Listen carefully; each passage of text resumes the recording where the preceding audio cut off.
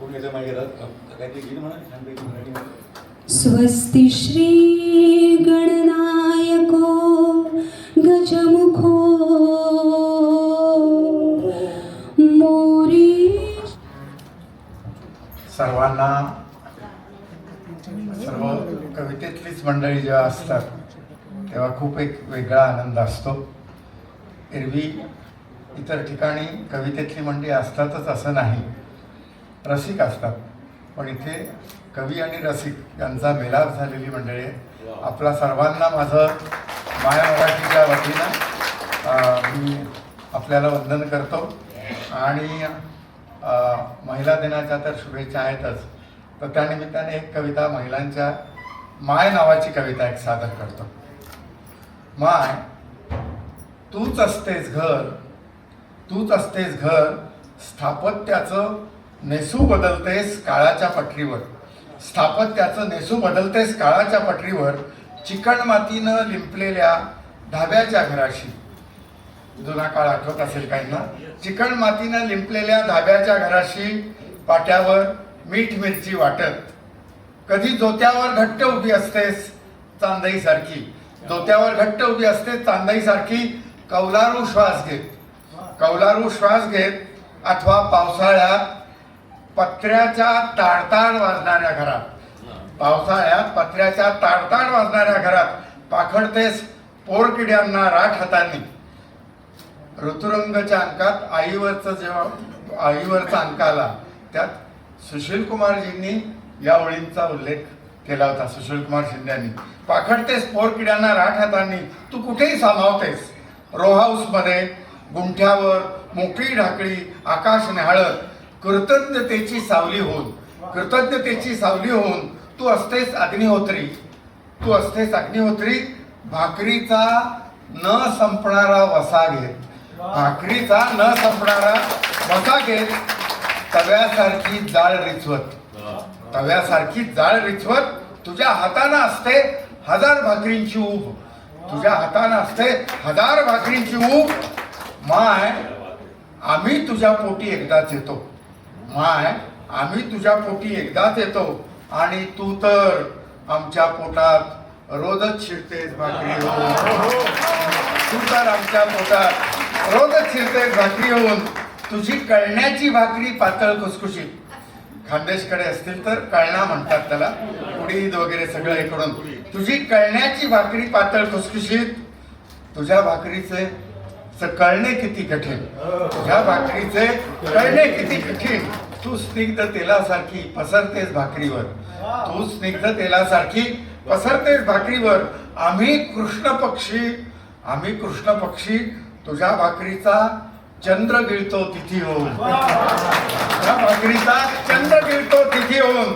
माय, खरंच तुझे तिखट गोड लागते, खरंच तुझे तिखट गोड लागते, तू कान धरावास, रागे भरावेस, धपाटा घालावा पाठी, धपाटा घालावा पाठी, आणि धुसमुसावे तुझ्या पदरात, धुसमुसावे तुझ्या पदरात. गालावरून तू बोटे मोडावीस निघताना, गालावरून तू बोटे मोडावीस निघताना, आणि आयुष्याच्या पदरात तुझी भाकर चघळत बसावं, आयुष्याच्या पदरात तुझी भाकर. फक्त महिलांवरच्याच कविता घ्याव्यात असं होतं खरं म्हणजे, पण जरा वेगळी एक कविता सादर करतो. बघा कसं काय, त्याचा संदर्भ कसे काय, फारशी कुठे वाचलेली नाही, पण बघा. आता आज महिला दिन आहे, तर अनेक पुरुषांनी घरात बायकोला विचारलं आज महिला दिन आहे तर आज नवीन विशेष काय करणार तू म्हणून स्वयंपाक. म्हणजे असं आमची मानसिकता जी आहे पुरुषी ती अशीच आहे की महिला दिनाला पण तिला काहीतरी छान बनवावं. अजून 21व्या शतकात पण आम्ही सगळे असे जरी आधुनिक दाखवत असलो कविता, तरी आमच्यामध्ये पूर्ण सगळे आम्ही असे सरंजामी वृत्तीचेच लोक आहोत. चौकशी करायला गेले तर पृथ्वी आधीच ऍडमिट, चौकशी करायला गेले तर पृथ्वी आधीच ऍडमिट. आधीच कसे काय समजते कुणास ठाऊक, आधीच कसे काय समजते कुणास ठाऊक. रिपोर्ट मध्ये चक्क जलोदर, रिपोर्ट मध्ये 2/3 पाणी आहे ना, रिपोर्ट मध्ये चक्क जलोदर अथवा असा संशय. खरे तर हा तिचा पोट्या पाण्याचा प्रश्न, हा तिच्या पोटा पाण्याचा प्रश्न. आणि सतत फेऱ्या अगदी जन्मापासून मारत राहिल्याने व्हर्टिगोही असावा. सतत फेऱ्या अगदी जन्मापासून मारत राहिल्याने व्हर्टिगोही असावा. सेकंड ओपिनियन घ्यायचंय म्हणा, अजून सेकंड ओपिनियन घ्यायचंय म्हणा. म्हणून सांगणारे काय काही सांगतात. फिरत राहिलं की म्हणे शुगर जळते. पृथ्वीला ते फिरत राहिलं की शुगर जळते. कंसा हल्ली तर कारखाने देखील विदाऊट शुगर निघाले. हल्ली तर कारखाने देखील विदाऊट शुगर निघाले. सगळंच संशयास्पद. सर्वांचेच ग्रह फिरले. मग पृथ्वीची काय कथा? पृथ्वीची काय कथा? त्यात चंद्रासारखा माग माग, चंद्रासारखा माग माग. आता हे शोभतं का? आता हे शोभतं का? आणि मग अक्षत जातो. पौर्णिमेनंतर मग अक्षत जातो. आता तिनेही जरा त्याच्या कलानं घ्यावं ना. आता तिनेही जरा त्याच्या कलानं घ्यावं ना. पण ही सूर्याच्या मागे, ही सूर्याच्या मागे आणि तो तिच्या मागे. म्हणजे दिवसा हिंमत होत नाही चंद्राला, दिवसा हिंमत होत नाही. पण समजावणार कोण आणि कुणाला? शेवटी सगळे धागे सूर्यापर्यंत पोहोचले. सगळे धागे सूर्यापर्यंत पोहोचले. सगळ्यांची चौकशी. म्हणजे सूर्य तरी सुटणार कसा? सूर्य तरी सुटणार कसा? रात्री कुठे जातोस? अंधारात काय करतोस? रात्री कुठे जातोस? अंधारात काय करतोस? कालच्याला कुठे होतास?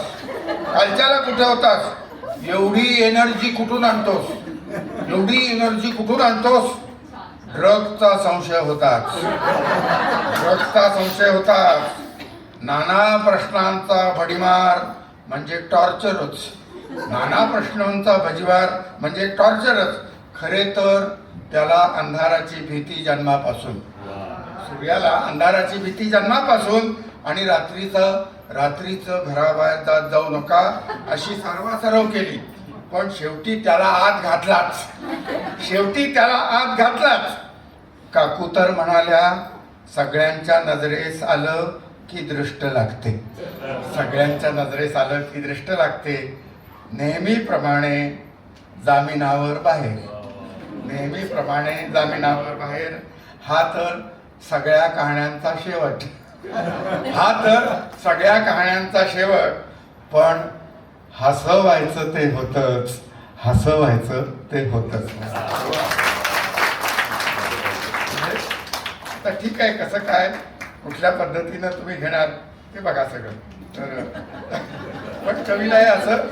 आता एक जरा वेगळी नवीन या वर्षीची एक नवीन कविता. मी काय जास्त लिहिणारा माणूस नाही आहे बरं का. वर्षातनं एखाद दुसरी कविता सापडते.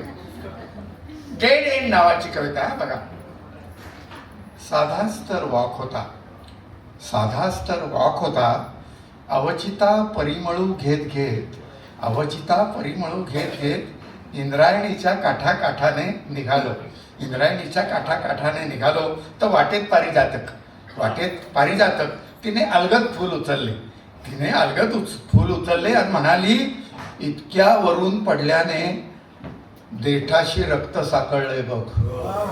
इतक्या वरून पडल्याने देठाशी रक्त साकळले बघ. मी म्हटलं तुलाच बरं सुचतं, तुलाच बरं सुचतं. पुढे भंडाऱ्यावर रघुनंदनचं पद्मनाभा नारायणा, रघुनंदनचं पद्मनाभा नारायणा ऐकत तल्लीन झालो. नांदुरकीच्या सावलीत दशम्या उघडल्या, नांदुरकीच्या सावलीत दशम्या उघडल्या. खाली उतरलो तर समोर त्र्यंबक बापूजी, समोर त्र्यंबक बापूजी झाडाला घट्ट मिठी मारून म्हणाले हाच तो औदुंबर, हाच तो औदुंबर. म्हटलं हा औदुंबर नाही, सिमेंटचे ओतीव झाड आहे, सिमेंटचे ओतीव झाड आहे. रिसॉर्टच्या मालकाने फांद्या अडकवल्यात, रिसॉर्टच्या मालकाने फांद्या अडकवल्यात. प्लॅस्टिकची पाने खोचली. इलेक्ट्रिक दिव्याच्या माळांनी गळफास दिलाय बघा, इलेक्ट्रिक दिव्याच्या माळांनी गळफास दिलाय बघा. पण अवतीभोवती गार गालीचे बघून धावतच सुटले वाहना काढून, धावतच सुटले वाहना काढून. बालकवीच ते, बालकवीच ते. म्हटलं अहो हिरवळ नाही, हिरवळ नाही, ते टर्फ आहे, टोचेल तळपायांना. ते टर्फ आहे, टोचेल तळपायांना म्हणताना समोर पुरुषोत्तम शिवराम झाडाकडे बघत म्हणाले, मला दुसरा पक्षी गाणे गातोयसे वाटतंय, मला दुसरा पक्षी गाणं गातोसं वाटतंय. म्हटलं अहो गाणे नाही, हा डीजेचा कर्कश आवाज आहे. गाणे नाही, हा डीजेचा कर्कश आवाज आहे. तुम्ही ठार बहिरे झालेला आहात, तुम्ही ठार बहिरे झालेला आहात. मी तिला म्हटले, आपण तर रानवाटेने निघालो होतो, आपण तर रानवाटेने निघालो होतो आणि पोहोचलोय पोलीस स्टेशन पाशी, पोहोचलोय पोलीस स्टेशन पाशी. याच रस्त्याने पुढे गेले की कोर्ट, याच रस्त्याने पुढे गेले की कोर्ट, आणि तोच डेड एंड, तोच डेड एंड म्हणतात.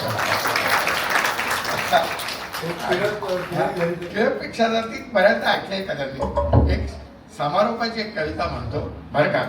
बघा, कशाचाच कशाशी काही संबंध नाही, कशाचाच कशाशी काही संबंध नाही, म्हणजे राजाला 3 खून माफ, राजाला 3 खून माफ आणि कवीला मात्र 2च संग्रह, कवीला मात्र 2च संग्रह. हा अन्याय आहे म्हणून तक्रार केली तर त्यांनी शिवी दिली, शिवी दिली तर दिली, ती देखील बायकोवरून, ती देखील बायकोवरून.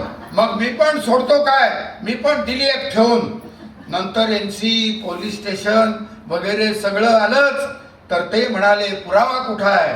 मी खरं तर डायलॉग म्हणून पुरावा इथे हृदयात असतो, पुरावा इथे हृदयात असतो म्हणणार होतो, पण जाऊ द्या झालं. कशाचाच कशाशी काही संबंध नाही. तसं तर गझलेत सुद्धा एका शेराचा दुसऱ्या शेराशी काय संबंध असतो, काय संबंध असतो.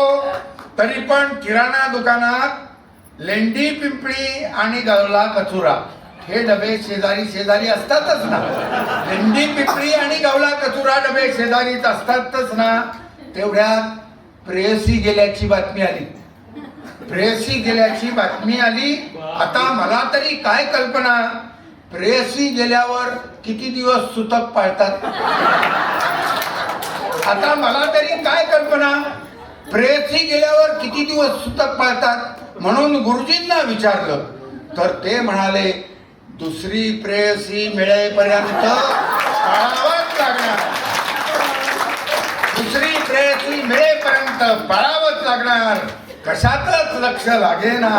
म्हणताना शेवटी घरचे म्हणायला लागले, एकदा डॉक्टरना तरी दाखवा, एकदा डॉक्टरना तरी दाखवा. म्हणून डॉक्टरांकडे गेलो तर त्यांनी स्टेथोस्कोप खिशाला लावला, स्टेथोस्कोप खिशाला लावला आणि विचारलं काय होतंय. विचारल्यावर काय होतंय विचारल्यावर, सारखं सारखं भाजपमध्ये जावंसं वाटतंय.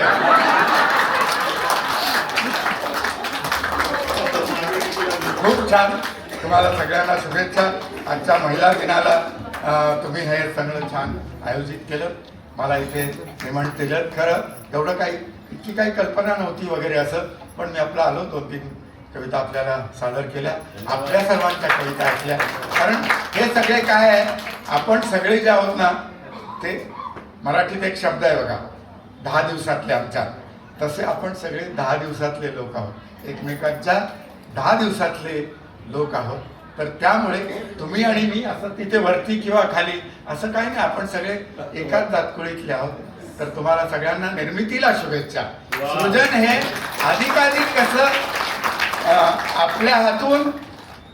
पाडगावकर 16 वेळा एक कविता त्यांनी पुन्हा पुन्हा लिहिलेली होती. पाडगाव संस्करण ज्याला म्हणतात, मंगेश पाडगावकरांनी एकदा सांगितलं होतं की 16 वेळा एक कविता मी लिहिली. म्हणजे आपलंच आपण समीक्षक असलं पाहिजे, आपलंच आपण लांबताय का, हे करताय का. आरशासमोर उभं राहावं. वसंत बापट आरशासमोर उभं राहून कविता म्हणायचे. म्हणजे काय, आपल्या हातनं ही इतकी एखादं सादरीकरण ही साधी गोष्ट नाही, त्याच्यासाठी काहीतरी आपलं आपण आत्मपरीक्षण करत आपण या इथपर्यंत आलं पाहिजे, अशी मी कळकळीची विनंती करतो. आपली कविता छानपैकी अगदी घरात आधी सादर करा, सगळ्यांसमोर आरशासमोर उभे राहा. आपल्या आपण ज्या ऑफिसमध्ये आहोत तिथं सादर करा आणि मग तिथल्या लोकांची काय प्रतिक्रिया आहे त्याच्यावरून मग तुम्ही एखाद्या कवी संमेलनामध्ये सादर करा. ठिकठिकाणी असे 4-5 कवींचा कवयित्रींचा एखादा समूह बनवून ठिकठिकाणी आपण कार्यक्रम करा. आजचा जो जमाना आहे तो वाचण्याचा नाही आहे, तर तो सादर करण्याचा आणि ऐकण्याचा जमाना आलेला आहे. म्हणून तुम्हाला सर्वांना मी या शुभेच्छा देतो. ही जी सगळी आपल्या पुढच्या पिढीमध्ये मराठीचा अर्थ बारीक आतला अर्थ आहे तो मुलांना कळत नाही. कांदे आण, कोबी आण, हे जाण, तुझी चप्पल आण, हे कळतंय. त्याच्या पुढचं मराठी मुलांना कळत नाहीये. ही तरी आपली वेदना आहे, ते मुलांना कळावं म्हणून पाडगावकरांच्या, बापटांच्या आणि कुणाकुणाच्या सगळ्यांच्या ज्या बालकविता आहेत त्या आधी मुलांसमोर ठेवा. त्या घरामध्ये उंटावरचा एक शहाणा, सोन्याच्या घालून वाहणा, भीक मागवतो दारू म्हणतो सगळे कमजितो भारी, अशा ज्या अनेक कविता आहेत आता इथेही सादर केल्या सगळ्या लहान मुलांच्या. मला खूप आवडलं की ते ससा दिसतो कसा कापूस जसा, किंवा अशा लहानपणीच्या कविता. मी काल परवाच मालेगावला कृषी विद्यापीठ काष्टी तिथं होतो. तिथं त्यांनी आधी होते मी देवटी शेतकऱ्यांची आवडती ही जुनी 4थीतली कविता म्हणून दाखवली. मला इतकं छान वाटलं. मराठी कविता ही संपन्न आहे. जगातल्या 10 भाषांपैकी एक भाषेत आपण जन्माला आलो त्याचा अभिमान वाटला पाहिजे. ते सगळं आपल्या ओठावर असलं पाहिजे. आणि तुम्ही काय याचं धार्मिक व्हाव असं नाही, पण आरत्यांमध्ये सुद्धा काय मराठी पंचानन मन मोहन मुनिजन सुखकारी, काय लय आहे, काय लय आहे. सगळ्या मराठी तुम्ही धार्मिक व्हा अमुक व्हा असं नाही म्हण, पण ती एक रचना आहे असं माझं म्हणणं. तर ते सगळं तुमच्या ओठावर असू द्या. जगात खूप लोक मोठे होऊन गेले, पण आमच्या भारत आमच्या हे म्हणजे विश्वाचे अर्थ माझ्या मनी प्रगटले. त्याच्यापेक्षा आणखीन मोठं काय असतं की त्या आपेगाव नावाच्या गावात जन्मलेल्या एका मुलाला 18व्या वर्षी कुठेतरी सगळं विश्वाचा अर्थ माझ्या मनी प्रगटले असं लिहितो. त्याहून अधिक जगात मोठं काही नाही हो. मराठी भाषा ही श्रेष्ठ भाषा आहे. धन्यवाद.